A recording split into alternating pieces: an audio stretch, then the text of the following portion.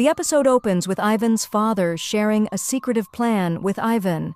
He reveals that a fake painting is currently on display in a gallery while the real one is under repair. At exactly 5:30 p.m., the real painting will be returned to its place, and that's when Ivan is supposed to show up dressed as the famous supervillain El Toro to steal it. Ivan's father says he wants his son to be strong, like a bull, and believes this will prove his strength. Before leaving, he tells Ivan that he'll be waiting for him at 5:30. Meanwhile, Marinette and her friends are preparing for a function scheduled for the same time. It's a musical show organized to thank Miss Bustier for everything she's done as their teacher. Rose asks Marinette for a specific wire and suggests she ask Adrien if he has one. Marinette finds Adrien going through boxes, each labeled with a number representing his age. These boxes contain memories from each stage of his life. Intrigued, Marinette asks about the box marked 1. Adrien explains that it holds memories from his first year, like his childhood clothes and toys. Marinette is excited, and they discover a tiny outfit that Adrien used to wear, which he still wears in a larger size today. They also find a toy named Papa Corn and some childhood paintings. Then Adrien hands Marinette a photo album in which she finds a suspicious letter having Gabriel's photo with a lion's ring on top. It was in the box labeled 6, even though the rings didn't exist then. Marinette becomes suspicious and decides to take the letter to Natalie. Marinette finds her friends in the way, including Luca, who appears via video call from outside Paris. After talking to them shortly, she leaves to speak with Natalie. Natalie, in a secretive conversation, promises someone that she won't fail and acknowledges this as her last chance.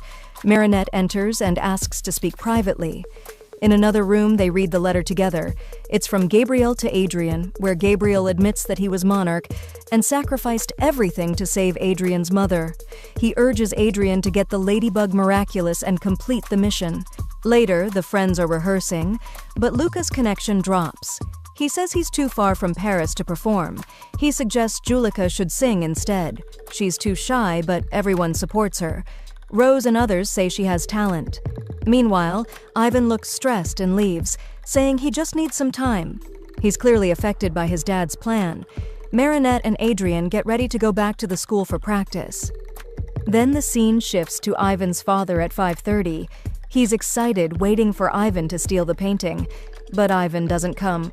Instead, he leaves a letter saying, "I hope you stop stealing. I don't want to be a villain. I want you to be a good father." His father gets angry and says Ivan has become a weak little calf.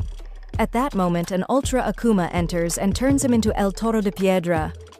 She offers him power to make his son into a strong villain, and in return, he'll bring her the Ladybug and Cat Noir Miraculous. He agrees. El Toro now has the power to turn anyone into a bull and control them. At the same time, the school performance begins. Marinette and her friends thank Miss Bustier for everything. Everyone claps for Miss Bustier, but Ivan still hasn't shown up. He's stressed sitting near a lake. Milan is worried as Ivan didn't reach yet and they couldn't perform without him. El Toro begins his rampage across Paris, chasing after Ivan, determined to make him into the strong, invincible bull he wants him to be. Ivan escapes and contacts Marinette in his superhero form. Marinette, while still at the function, leaves to meet him. Ivan tells her that he wants to give up the Ox Miraculous because he feels unworthy, being the son of a villain. Marinette reassures him that being someone's child doesn't define who you are. She reminds him of all the good he's done and says he still deserves the miraculous. Empowered, Ivan accepts and transforms to help save his father. Back at the concert, with Luca fully disconnected, Julika and Rose step up. Rose hesitates without drums, but their friends boost Julika's confidence. She finally sings, and her voice is stunning. Meanwhile, Ladybug and Cat Noir, together with Minotaurox, fight El Toro. The villain is extremely strong, nearly defeating Cat Noir.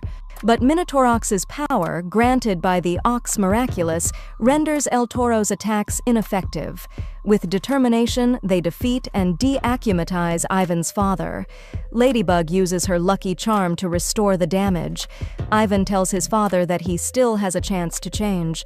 The police arrive to arrest him for turning Parisians into bulls. But Ivan's father confesses that he no longer wants to be a villain. Ladybug throws her lucky charm into the air and fixes everything. Later, Ivan reunites with his friends and opens up about how difficult it was to accept that his father, his role model, did something so wrong. His friends assure him that they're always there for each other. Then we see Marinette and Adrien having a quiet conversation.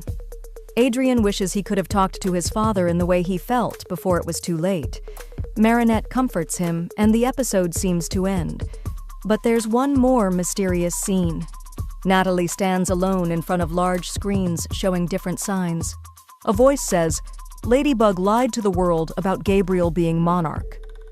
Someone asks Natalie what really happened. She says Gabriel saved her with the wish. She don't know much as she was unconscious. The screens then ask for a vote about something called the Perfect World Project. Everyone votes yes. One of the signs then tells Natalie, "If you find the Ladybug and Cat Noir miraculous, you'll have to give them to someone." Natalie replies, "Yes, Father."